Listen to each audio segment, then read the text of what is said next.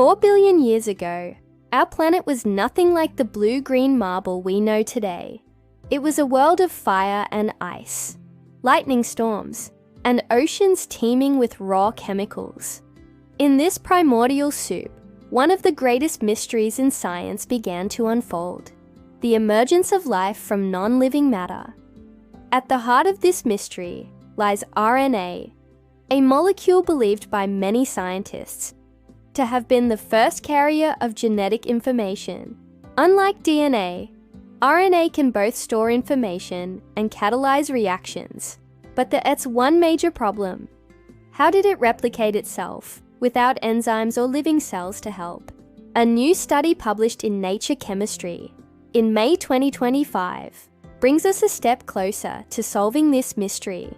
Researchers developed a model where RNA strands could replicate themselves under conditions that likely existed on the early Earth, without needing modern biological machinery.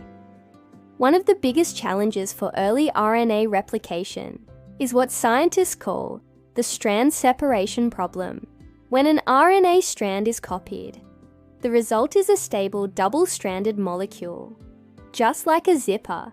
But to continue copying, these strands need to unzip, and under normal conditions, they quickly snap back together, stopping the process cold. The breakthrough came from using trinucleotide triphosphates, or triplets, short 3-base sequences with high reactivity. These triplets do two remarkable things. First, they act as substrates for a primitive RNA polymerase ribozyme, a catalytic RNA that helps build new strands.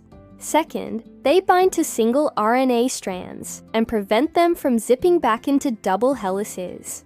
To mimic the conditions of early Earth, the team subjected the system to cyclical changes in pH and temperature, specifically acidic environments and freeze-thaw cycles.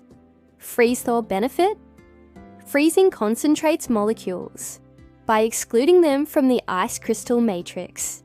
Acidic benefit: it helps RNA strands separate more easily by disrupting hydrogen bonding. These alternating conditions helped solve the separation problem, allowing RNA strands to come apart while still preserving the triplet molecules for replication. What the researchers saw was extraordinary. With these triplets and cycling conditions, the polymerase ribozyme could exponentially replicate RNA sequences. In some tests, they even observed the partial replication of the ribozyme itself. A sign of self-sustaining replication, the team documented robust, open-ended replication over many cycles. This wasn't just a one-off. It was a dynamic system that could keep going, just like what USD expect from a primitive version of life.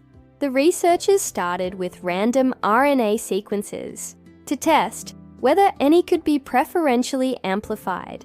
Amazingly, they found that over time, certain sequences dominated, not just due to chance, but because they were better at being copied. Some of these sequences even mirrored codon patterns we see in life today, like the GAC sequence, which encodes aspartic acid. Could this be the earliest echo of the genetic code? It's possible. These emergent patterns suggest that natural selection could operate even before cells existed, just based on molecular stability and copying efficiency. With building blocks like triplets, a replicating ribozyme, and environmental cycles driving replication, the once murky origin of RNA life is now starting to take shape. Add in a few lipid membranes, and you have the ingredients for a protocell, a primitive precursor to life. So what did this landmark 2025 study prove? That strand separation isn't a deal breaker. That triplets can both fuel and stabilize replication. That freezing and acidic conditions can act like nature's own lab. And that self-sustaining RNA replication might not be a fantasy. It might be how life actually began. The study, titled Trinucleotide Substrates, under pH freeze-thaw cycles, enable open-ended exponential RNA replication by a polymerase ribozyme, offers one of the most compelling models yet for how RNA could have sparked life on a young chaotic Earth.